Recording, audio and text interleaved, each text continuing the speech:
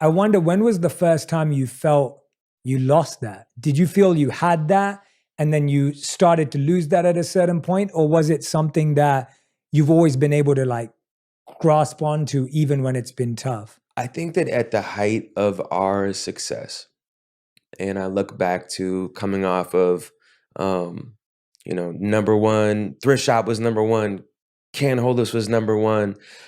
All of a sudden, this music that you feel like is yours becomes the world, and it becomes open, to public interpretation. And I think I lost it then. I think that there was a point where it wasn't just a relapse anymore. I went back into active addiction around that time period. I didn't know how to maneuver the success. I had been an underground rapper forever.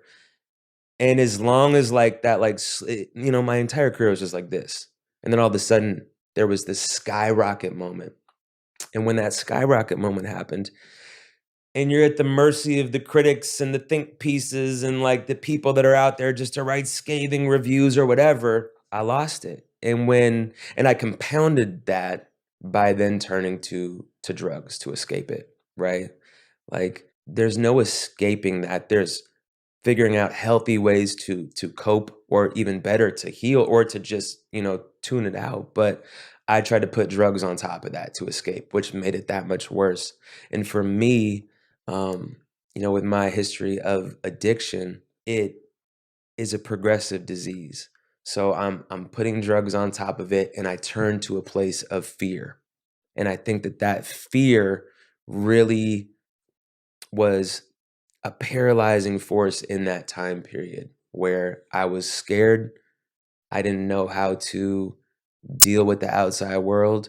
Yeah, so around that time, kind of, and it's crazy because it happened at the height of the success, right? Yeah. So I had on one side all these, awards and acclaim and millions of people and millions of dollars and all this money and all these things that in society's eyes, that's what you're working towards. And on the other side, I had completely lost track of who I was and the things that actually really mattered. And when did drugs first come into your life? Like, when was your first connection with that? Because you talk about your history of addiction. Right.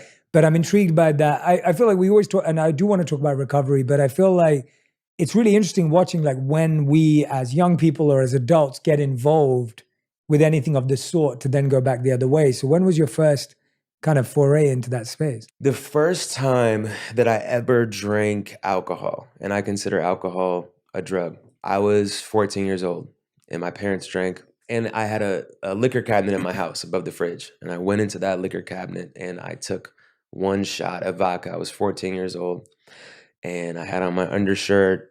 I had Tupac in the background.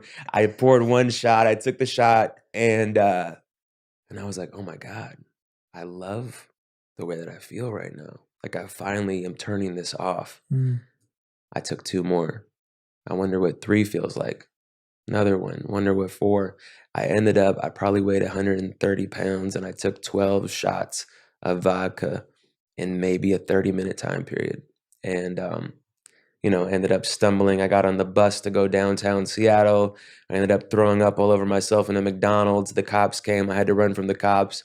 That was the beginning of my drinking career, which turned out to be a very painful one in the moment and in hindsight.